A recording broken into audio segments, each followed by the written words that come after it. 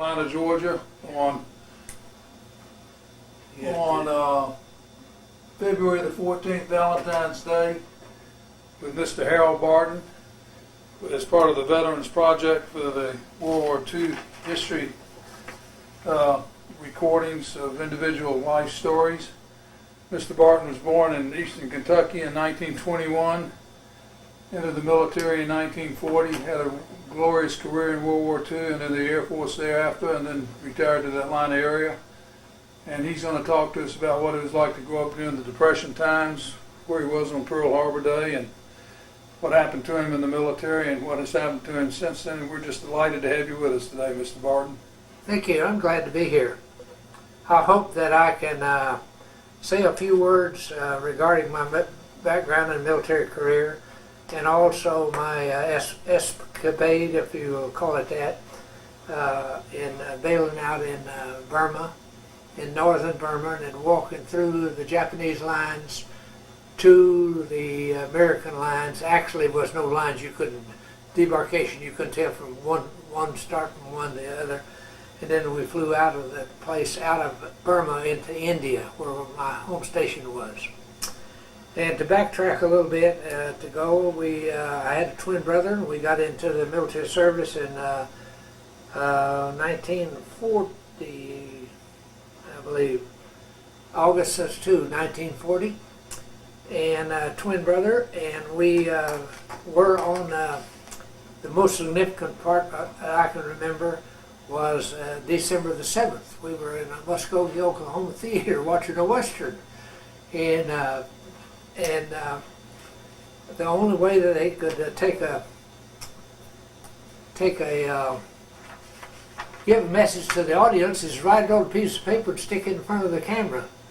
And you'd have to read what was on the piece of paper, because it didn't have slides like we do nowadays. And so that slide come across the screen, says Pearl Harbor attacked. And 99 hundreds out of 100 people didn't know Pearl Harbor or where Pearl Harbor was, including me and my twin and all the other people in Oklahoma.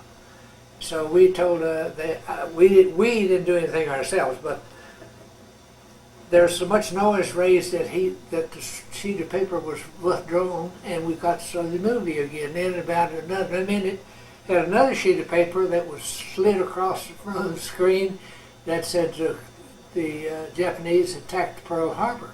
We said, where in the world is Pearl Harbor? Didn't know where Pearl Harbor was. And finally we started talking about Pearl Harbor in about 15 minutes. Well, anyway, the movie was done away with, and it was shut off, and we all went back to we was in a civilian flying school, by the way, in basic training to be a pilot. And we'd been in, I see that was in May 1941, because I graduated 20th of May 1942. That was after August 1941, so I'd been in the service about a year with my twin brother. Then we graduated from that, from the Air Force Flying School in May 1942, and he went his way and I went my way. And I have no idea where he went after that, because I didn't keep track of him. I was so busy and dumb letting the world get a hold of me that I tried to learn everything I could. And anyway, I first went to North Africa, and I knew that the Germans had pushed all the way across Egypt and was pushing westbound in North Africa. But that's about all I knew about it. And then I was sent to North Africa just by virtue of graduating from flying school, and I got a lot of experience in the first 6 months that I graduated from flying school in the United States, because I flew to most of the states in the Union, all of the southern states. I went into them for some reason or other to get fuel or something, and I was stationed in Delhart, Texas, and Wichita, Kansas, and Los Angeles, and Mansfield in Los Angeles. By the way, that airport was so camouflaged that when you flew into it, you couldn't hardly tell where the runway started and the houses started. They had houses painted on the runway, and you could look at it from the pilot's viewpoint as you stretch your outlook that, you see houses, and pretty soon you see where the runway started because there was a debarkation line where the concrete started. So that was the airfield we went into What were you flying then? in a C-47. So you were trained in, I was flying in a basic train, a PT-13 and a PT-19, and then a BT-13 in basic and a AT-6 and a BC-1 in advanced. They were all single engine airplanes, and the one is just a little faster, and the last one I mentioned, the BC-1 and AT-6, had retractable landing gear. But the BT-13 was a fixed airplane built by Vultee out of Nashville, Tennessee. I didn't know that till later. And then graduated at flying in school in 1942, May the 20th, 1942. And then you really don't start logging your flying time as a pilot until after that date, the date you have graduated. And then I guess I must have gone, I can't remember the days exactly, but I went to North Africa with a new C-47 early in 1943. Because I remember Christmas of 1942, I was stationed in Delhart, Texas. And it was approaching Christmas. And shortly thereafter, I was in Africa, in North Africa. Now, in North Africa, we flew along the coast of South America and across the Central Atlantic to Ascension Islands, then up the west coast of Africa, from the Horn to Dakar, and up the west coast of Africa. And we had to fly out in the water maybe 20 or 30 miles for several countries because we weren't allowed to land in them or fly over them. Our country, the United States, hadn't got permission to do that. Now this was in early 1943. Then we flew missions with the Air Force, with the Army Air Corps. The Air Force didn't exist. And I will use those terms interchangeably, but I don't want people to understand that there wasn't any Air Force until 1947, until the Air Force got its own designation. It was the Army Air Corps. And I went to North Africa and flew for Oran as a country, and to Algiers as a country, and Ethiopia as a country in North Africa. And I'm not sure exactly where those countries started, the borders. I can't place them. They were all together. We just flew over them. And I was stationed at Algiers, the last place that I got a teletype. We had crew numbers. And the crew number was, mine was, we'll call it 1, 2, 3, 4, but that wasn't it. And they said the crew numbers will report to Memphis, Tennessee to pick up an airplane to take it to India. That's all it said. And I can't remember the words exactly. Anyway, we got our crew together, the same crew that had flown to North Africa together after we had flown several missions against the Germans, by then they had them on the run, pushing them back into Egypt, and then they pushed them back to the Red Sea. Then they was going to go into Italy and then go up through Italy, if you remember that part of the war. Well, anyway, to make a long story short, I had got my orders to come back to the United States, go to Memphis, Tennessee, pick up a new C-47, but I didn't pick it up until I got to Mobile, Alabama. I just got the orders, went to Mobile, Alabama, picked up a new airplane, and went to India the same way, across the northern coast of South America, Ascension Islands, Dakar, Africa. That's where the Horn comes out in Africa. And then we went across Central Africa to Maiduguri and Khartoum, Egypt. Khartoum and Egypt were countries then that extended way south. Egypt extended way from the northern Mediterranean Sea all the way down in Africa. We went to the coast of Arabia and flew down the Red Sea, Aden. And that's where I got to scare my life. The radio operator had a ferry pistol, and it was about this far, about 12 inches from your head. And the radio operator answered the person on the ground that had sent the flare up to challenge us that we were flying over non-restricted area. And I didn't know he had fired it, and I thought we were shot.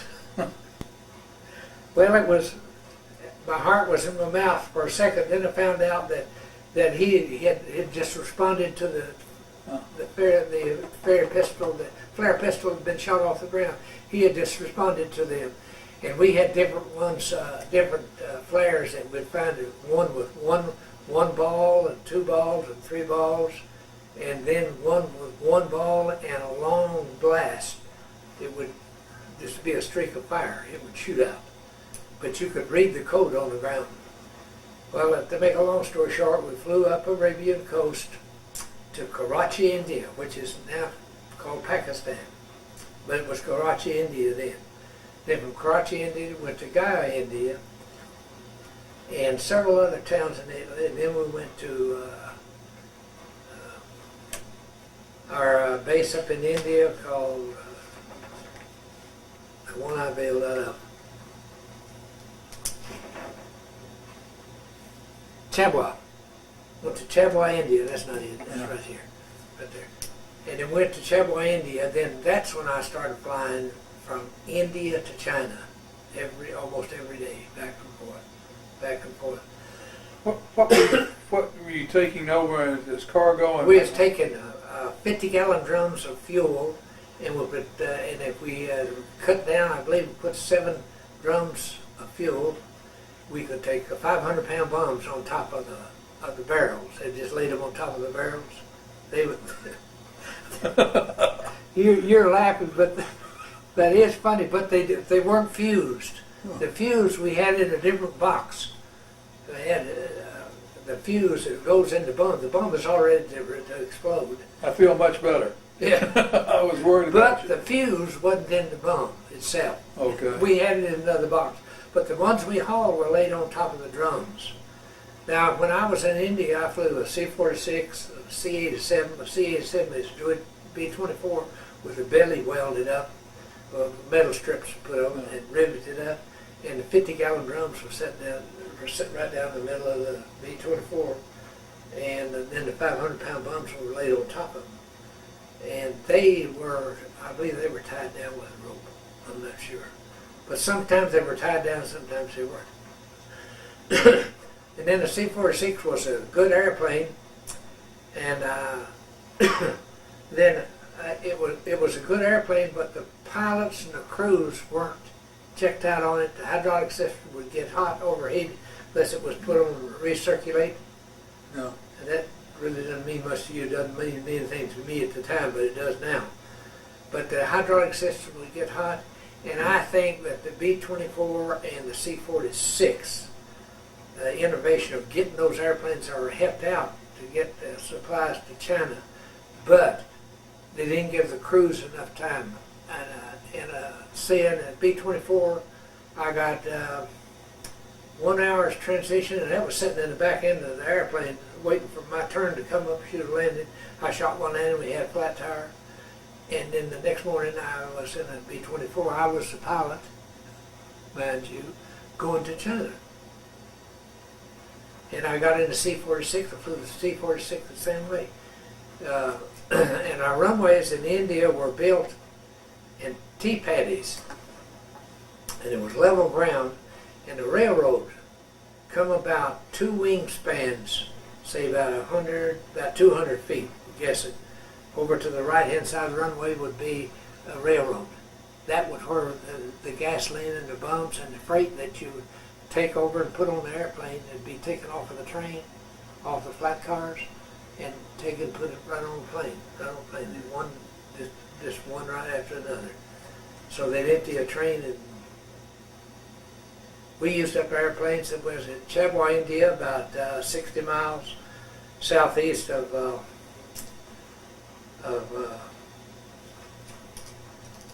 Chabwa, India. Was at Jorhat, and we was about 60 miles southeast of Chabwa. And there's another base that I helped start and open it. And we had opened it with C-47s, and then changed to C-46s, and changed to C-87. In September 1943, we had 32, I believe, 32 C-87s, B-24s, converted. on the base at the first of the month, and the last day of the month we didn't have any. Hmm.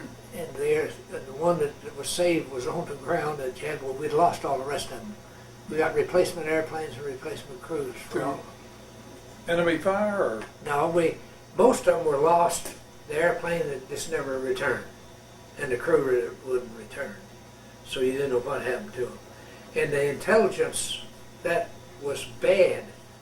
I'd say it wasn't good in that a crew wouldn't come back that night. First crew, we were all familiar with the. I remember when the first crew went down, we went to the basic our wing commander and tried to get him to let us go look for him. And he says it's no use, it's no use. And finally, he let several airplanes go over into Burma and look for him, fly up and down the valleys and look for him. That's the only airplane I ever remember we looked for. We found out his fuel. He knew that, but he got it off his chest by letting us go over there. Us, there's about 15 or 20 of us got different airplanes, and we flew over to Burma and to the first ridge of mountains, and we felt that's where he went down. He could have gone down any place. Mm. But anyway, that to make a long story short, they lost so many each day that they didn't pay any attention to anybody being lost. That's great. I mean, it's not that you didn't care, the military didn't care or didn't want to do something about it, but it was futile for you to send somebody out there. You just burn up gasoline. What was the height of the mountain ridge that you were from? I guess the original ones, the first hills you'd come to was about 7,000 or 8,000 feet, and then they rose up steadily. I think about 12,000 feet was the second ridge, and at Mount Tally it was 19,100 feet or something like that. Yeah. And I'll get to that just a little bit on the airplane when I build out. Pass by that. But Kunming, UNE was about 110 miles, I can't remember, but 110 miles from Kunming, China. Kunming, China is where we delivered most of our stuff. But we delivered to riverbeds. Chengdu is another place, and I can't even pronounce 2 or 3 of the places we went into. That the P-40s, the Flying Tigers, flew out of those fields, and that's the reason we had to get the bumps and the gasoline to them. And we landed in riverbeds that didn't even have a name to unload gasoline to get a P-40 out. Then it landed in a riverbed. He run out of gas, and he couldn't get home. Or he was sitting there. He was in one piece, and we hauled enough gas in there to fill him up, let him take off. Hmm. So that was a part of World War II that most pilots was not used to, and this, I'll excuse the expression, the sloppy attitude that you did. Like you fly into a riverbed. You wouldn't go into an unmarked airfield for loving their money otherwise. Over there, we'd fly into a riverbed. If he had landed in there, I'll take the gas in there and get him out. Wouldn't load up with bombs or anything, so it wouldn't be light. So it wouldn't be heavy. It would be light. Would you be in ground communication with the pilot on the riverbed? Well, there wasn't any communications in that when we landed in the riverbed. You'd spot him and realize he was there? Realize somebody would tell us he was there. Some people on the ground would tell us that he had landed there in a certain riverbed. We'd get gasoline and take drums in and fill him up so he could get out. You must have lost some planes when the riverbed wasn't as smooth as it was supposed to be. I'm sure they did lose some, but I don't remember of them losing any. No. There could have been some. But it was like the war had to be fought and it had to be won. And you couldn't leave that good airplane sitting there. You had to do something to get him out. Yeah. And to make a long story short, I'd like to get back to my last trip. I flew 90 trips out of 4 bases. I helped start Missouri, India, and that's they have a huge river that runs east and west called the Brahmaputra River, and we'll get to it in here. And I'm hitting the highlights when I get to my story about building out.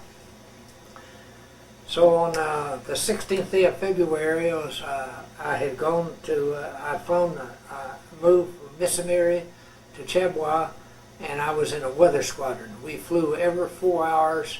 We flew a weather ship, and we'd fly a zigzag course over and a zigzag course back like a saw, big zigzag course, and report the weather every 30 minutes. Report what you see, not the flying, or the person flying would be concerned with. So on February the 16th, I had gone to China and gone to Kunming, by the way, and I was in a C-46, and it was, we'd taken off somewhere around 4 o'clock in the afternoon over in India, and we'd gone to China, and it was about 11:30 in the evening on the 16th of February, and my crew was made up of that time of myself, H Barton, the co-pilot was Second Lieutenant R Bagsby, radio operator was Corporal G.L. Hammond, and the crew chief was Private C. Linthicum, Linthicum. And those are the crews, and I had flown with the radio operator Hammond before, but I've never flown with the other two, the two people at all. I'd never been on the airplane with them. So you got a different crew almost, not every time you went, but many times that you went, you got a different crew. You didn't fly with the same people. So you didn't know them or you did know them. And we went over about 16,000, 17,000 feet. One thing, it was, you didn't want to hit the hills and the mountains, and it would clear all of them, but the one mountain at Mount Talliot I mentioned a while ago at 19,000 feet, 19,100 feet, but it didn't cover a lot of real estate, so you didn't worry about it too much. Chances of missing it were just as good or better than the chances of hitting it. But anyway, we went over to Kunming, got rid of our load, and come back, and we had, as our load coming back, we had one used Allison engine as a P-40 engine.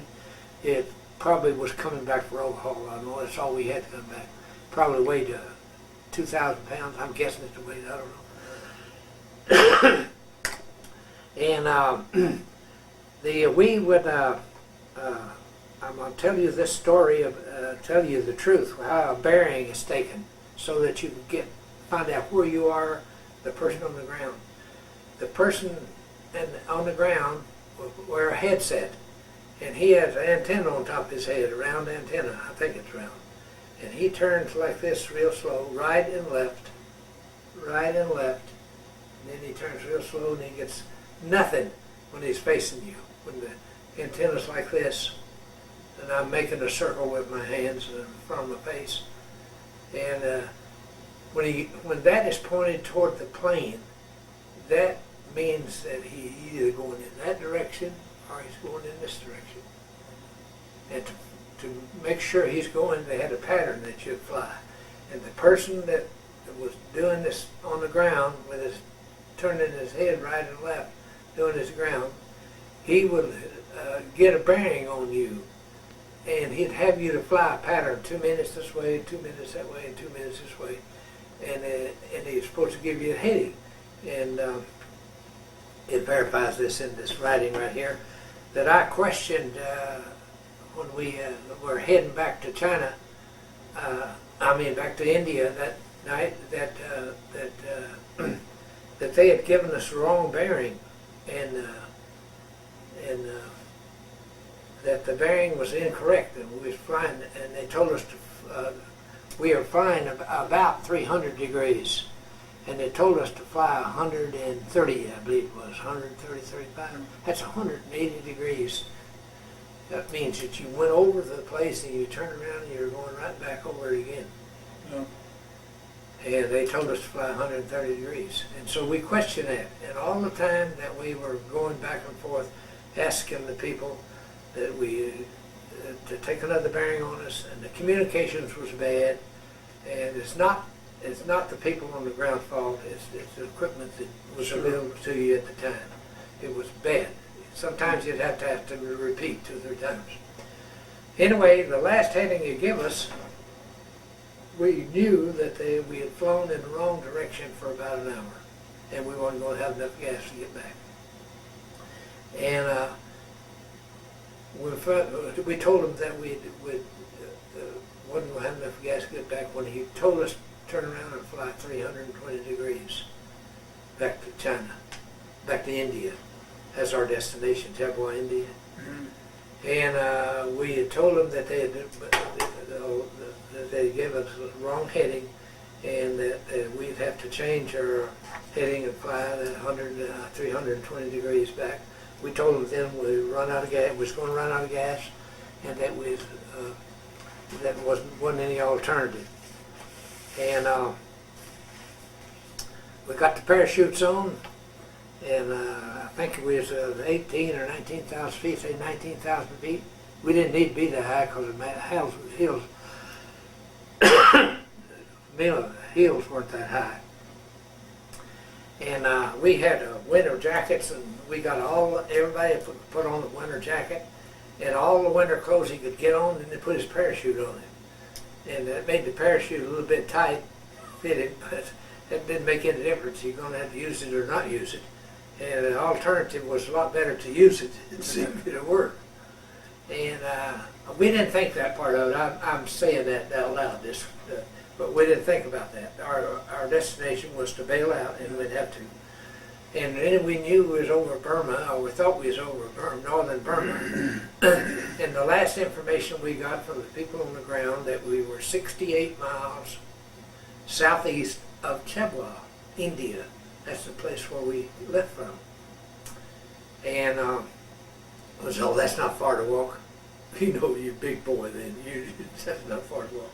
I'm 23 years old, on the world. And you don't know from your elbow, but you think you do. And then we bailed out, 1, 2, 3, 4, and I was the last person to bail out, and the radio operator was the first man back there to bail out, but he wasn't the first one to go out. I think the co-pilot went out first, and then the engineer went out, Linthicum, and then the radio operator bailed out third, and then both engines had quit because I had flown the airplane and stand up between the middle of the seats. It's easy to fly once you get it trimmed with one engine shut down. And when the good engine quit running, that meant we had no petrol. So you had to leave the thing in a hurry because pretty soon they start down. So I went back and bailed out, and I pushed, I think, it's been such a long time, but I believe I pushed the radio operator out. And his parachute opened up immediately. He yanked on the ripcord, and he got it open in a hurry. And then I bailed out fourth, and the reason I showed you this piece of paper, the yellow piece of paper, it shows how close we were to the Japanese and didn't know we were close to the Japanese. We were behind the Japanese line then and didn't know it. Make a long story short, we bailed out, we got sick, we skinned our legs from our knees to our shins when we went down through the limbs. And you're told when you bail out in the dark and you can't see, stay where you are in the trees until daylight, till you can see how far off the ground you are, till you take precautions, and you know what kind of precautions you have to take to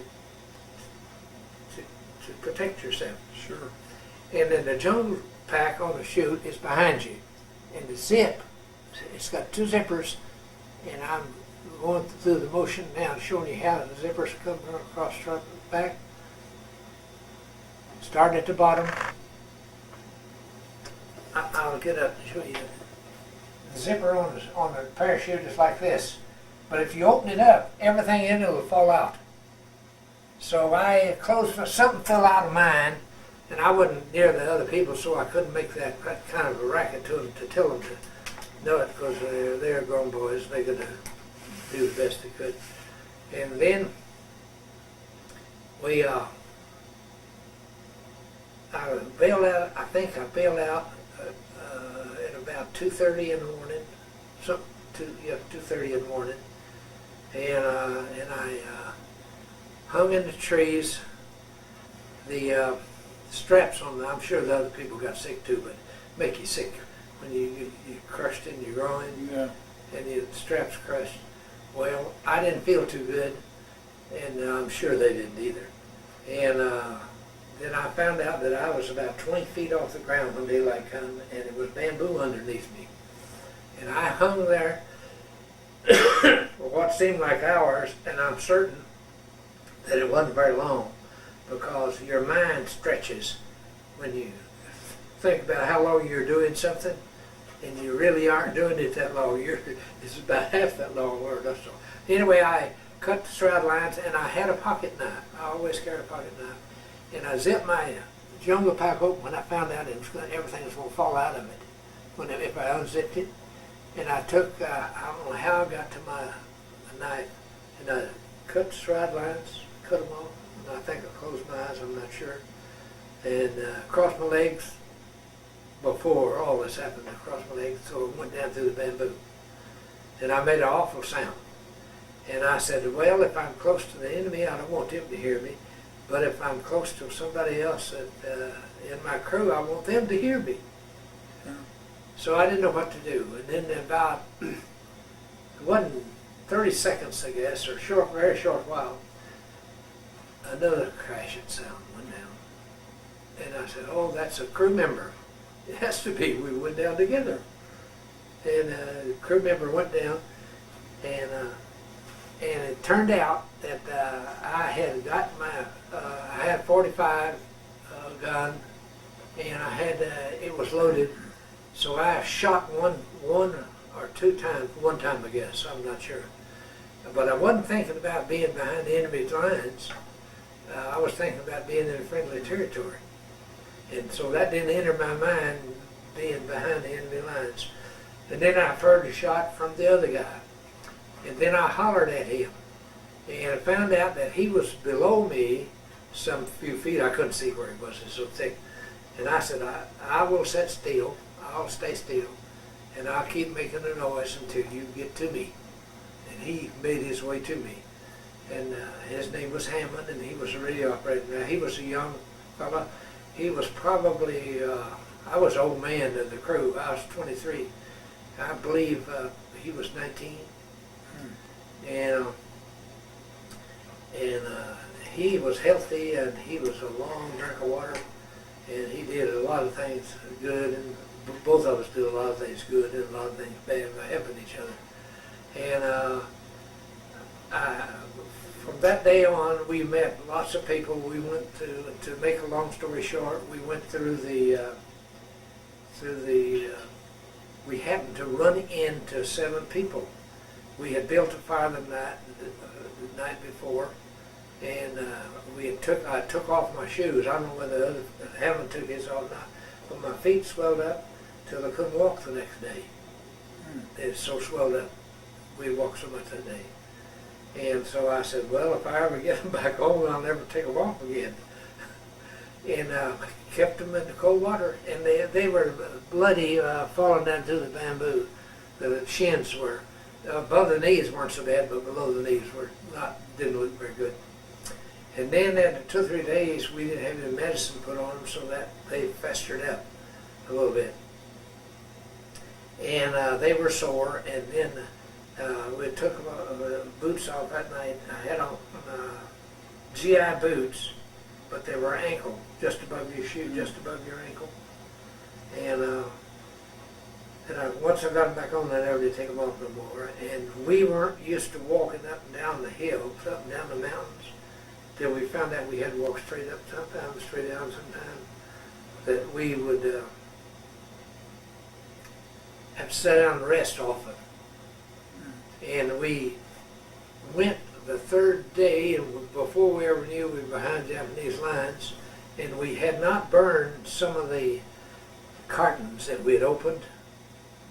We've got a jungle pack. One is on the 45 caliber ammunition. It has about 20 shells in a pack about 6 inches long or 8 inches long, and it has a piece of red tape around it. And we just pitched it off to the side of the bushes, and then one of the Burmese people, or I couldn't tell, Kachins, the people that brought us out of the jungle, he said, Japan, Japan, Japan. And that's the first time we knew that we were behind enemy lines. That was about 3 days out. We had passed back by the same place that we had slept the 2 or 3 nights before, which means we was walking in circles. We was taking the easy way out, but we couldn't recognize which way we were going. And once we got with those people, we stayed with we walked several days, I think, and we went to the, it was out in the jungle, but it was the headquarters of the British intelligence people. Mm. And they were Burmese, and they couldn't speak English. One of them could speak English, some of them could understand English, but 9/10 of them couldn't speak anything. And they had a particular job to do, and the food that they had was dropped to them when they could get a clearing and get, they told us how close we were to the Japanese. We couldn't make a lot of racket. And they hit us 2 or 3 times. Hit us in the bushes and made us stop, and we could hear the Japanese pass. And if you ever heard your own heartbeat, well, you'll know. I can't imagine. You could hear it beat. And it sounds like it's making a lot of racket, but evidently it wasn't making much racket. But it was beating fast, and you could hear the Japanese pass. They couldn't, if they'd had a dog with them or something like that, you know, a dog smells so better than a human being, they might have done some good. But they didn't have a dog. And good for us, they didn't have a dog. And then they communicated back and forth with the radio. They had a crank generator, and to use it, you had to crank it. And it was a slop-shod thing. It was put together, it wouldn't work half the time. We didn't know whether it was getting through. They didn't know whether it was getting through or not. So I think we stayed with them, and it was a good rest too, about 2 or 3 days. In the jungle, different parts of the jungle. We just stayed in one place. Then then we walked out. He got somebody to go with us, 2 people. And each village we'd go from, seems like from hilltop to hilltop. I think we hit every hilltop in Burma. And these intelligence people would get somebody to go with us, and they'd carry our jackets, our heavy wool jacket, and we didn't have much, but they in our jungle pack, I can't imagine why the things they carried, but they had carried stuff for us. Mm-hmm. We wouldn't have to carry it. They would call them bears, B-E-A-R-E-R-S, bears. And they called them something else, of course. They called them in their own name. They're Kachin Hill people, and they were headhunters. And they just lived very meagerly, very, very meagerly. And they, if they would eat the rice they'd cook it, the Japanese wouldn't take it from them. But the Japanese would come upon them, and they had fresh rice where they had just harvested. They'd take that, but they wouldn't take the other kind because it's sour once you cook it. So they got used to eating the sour stuff. And we tried to eat the sour stuff, Hammond and myself. But we found out if we get sick, we talked it over amongst ourselves. We didn't want to eat anything that would make us sick, because if the one person got sick, the other person could never have used him as a beast of burden. Put him on your back, carry him, or whatever, because we couldn't afford to get sick. So what I'm saying is, we didn't do this on purpose. We did it because we thought it was a necessity, not to eat some of the stuff, because we didn't want to get sick. Now, we lost a lot of weight, but we didn't come close to starving. To make a long story short, I think I weighed about 150 pounds when I bailed out, 155 pounds. And when I walked out, I weighed 117. And I think, I'm not sure of Hammond, and I never did find Bagby. And that piece of paper that I gave you indicates that the Japanese got a hold of him, Bagby. It was a co-pilot. And Linthicum was an engineer, but he managed to meet up with the same people we did, but they never could communicate with us.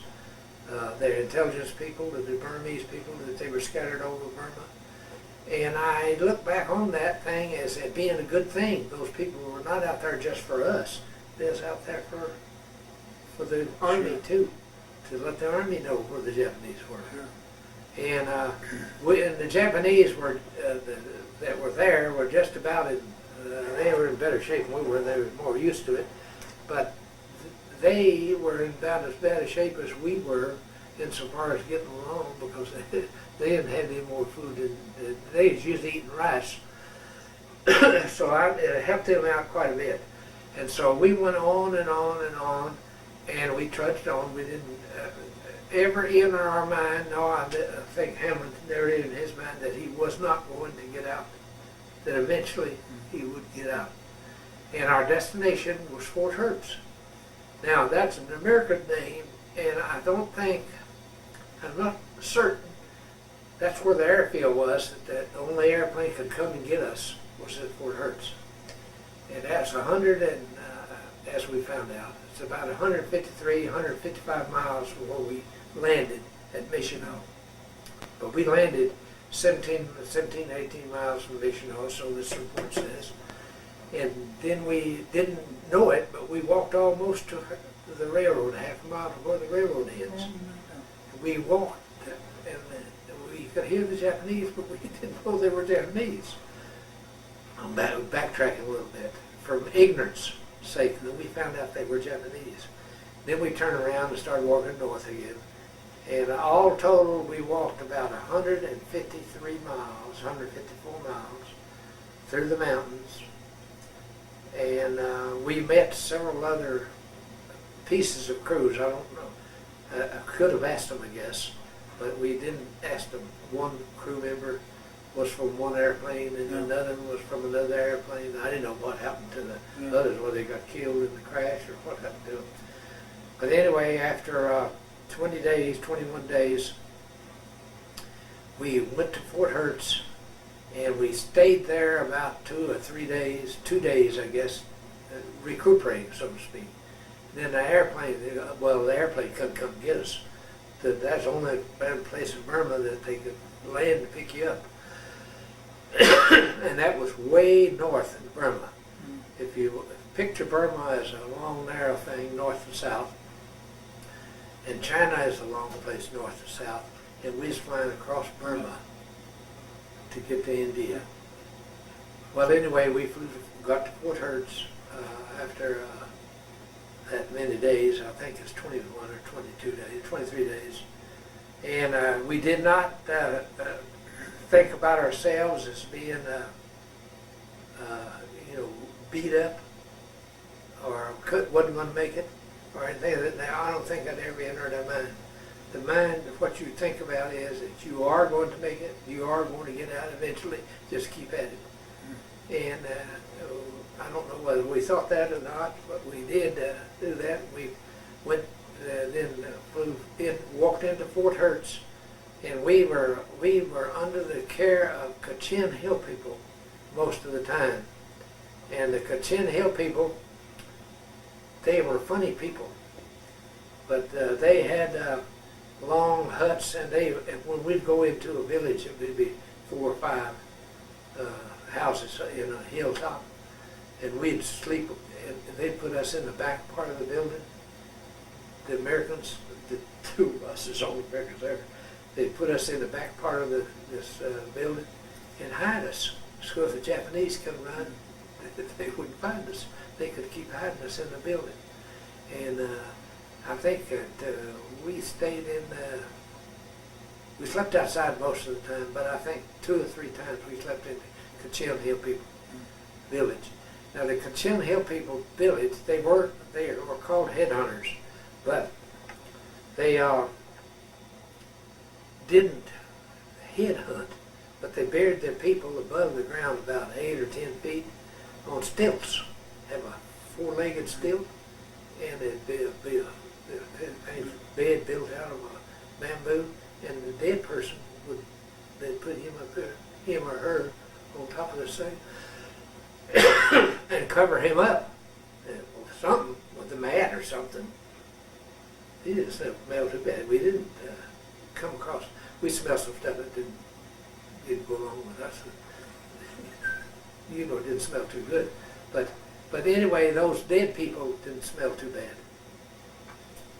But it was nice, it was very good, and we would have never gotten out of the jungle without the people helping us get out.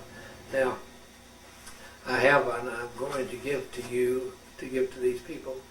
Lots of airplanes here by tail number, the last four numbers, and it gives the crew, but it will not say, the paper does not say whether these crews got out in one piece or they died or whatever they happened to. Now, I have condensed this dissertation quite a bit because I don't think that the old story would go too good for the general public. But if you have any questions, I'd certainly be obliged to try to answer them. When did you actually get out of get back to the main base? Well, we flew from Fort Hertz in North Burma to Chabwa. Yes. About 150 miles. I'm guessing at that. And what month did you get, was that in? February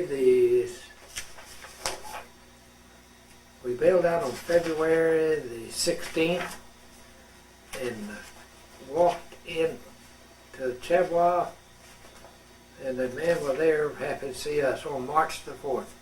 And Lieutenant Bagby had been captured by He had been captured by the Japanese, but we didn't know that. And he got released in May of 1945, so this paper says. Yes. And I never saw him. And I tried to contact his mother and his father, and I couldn't call him. And I tried to contact Lintham. He's the engineer. Yes. I tried to contact him, and I couldn't do it. And since then, I've tried to get a hold of Hammond, the guy that walked out with me, yes, just to see how he's doing, and chew the rag just a little bit. And I didn't able to get a hold of him either. Did you go back to flying, or did you come back to the United States after you? No, I come back to the United States, but I picked up a war-weary, they call it a war-weary C-46. It's to be overhauled. Airplane is going to the depot to be. That's okay. We'll keep you going on this one. The war-weary airplane is going to be overhauled and redone and sent back or sent someplace. So we flew a C-46. I got a crew together. Went to Agra, India, from Chabwa, India to Agra, India, about 150 miles, say, southeast, back into friendly territory, away from the Japanese, and picked the airplane up. Excuse me. And it had been flying hump like all the rest of them. And it was coming back with 2 new engines and for clean up and wash it and get the coal dust out of it and so forth. Where were you when you heard about the atomic bomb being dropped? Well,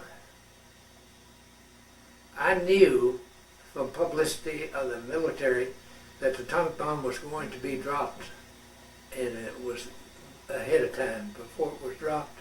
Mm-hmm. I didn't know what day.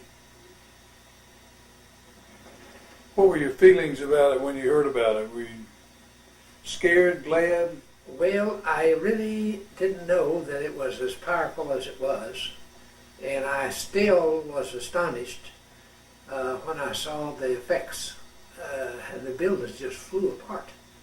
I had seen these huts out in the desert disintegrate when the atomic blast would, disintegrate them, just consume them, and I thought, I really didn't give it much thought. So far as a humanitarian thing goes. Now I was at, this is after World War II was over with, doing my military career, when I was in Japan, and I think it was 56 or 57. I went to Inuitak, and I am one of the few living persons, I believe, that ever saw an H weapon explode. H-bomb explode on a raft in the lagoon in Inuitak.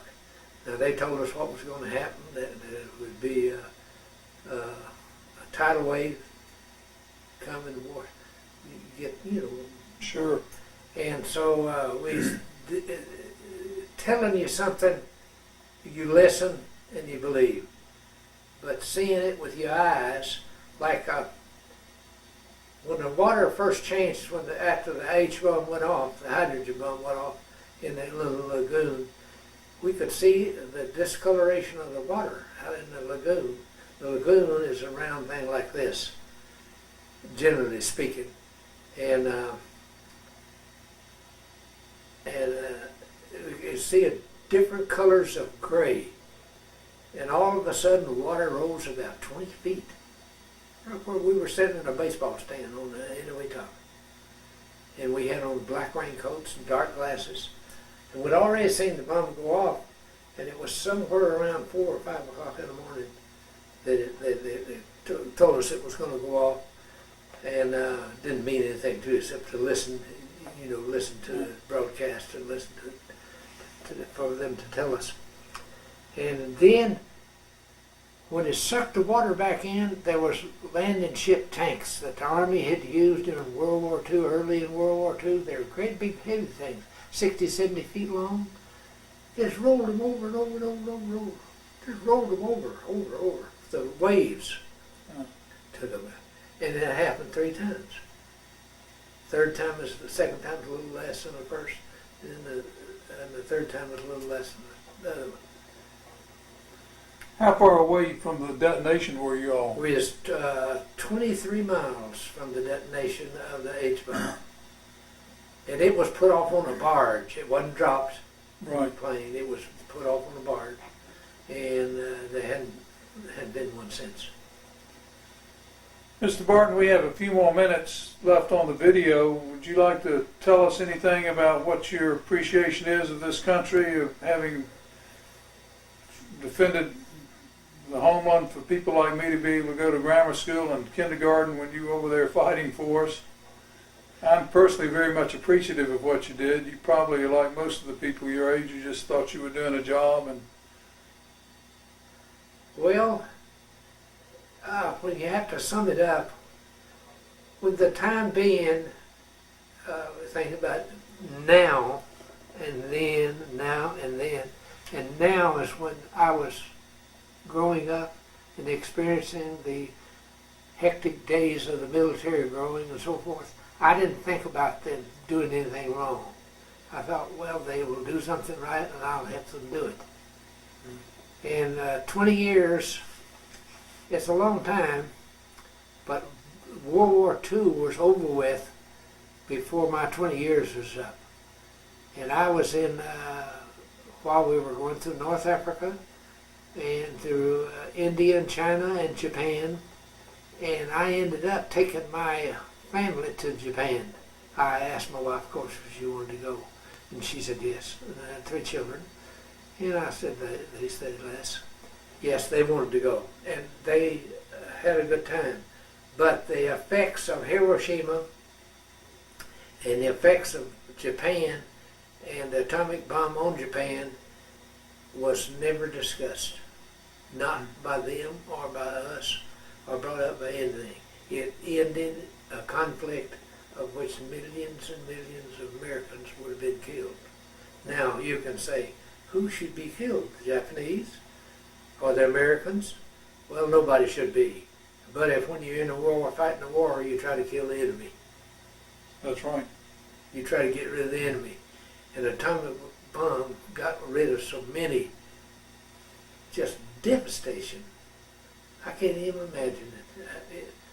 Unless you're there, you can't imagine it. So being a patriot or something, I am a patriot of the United States. And I love the United States.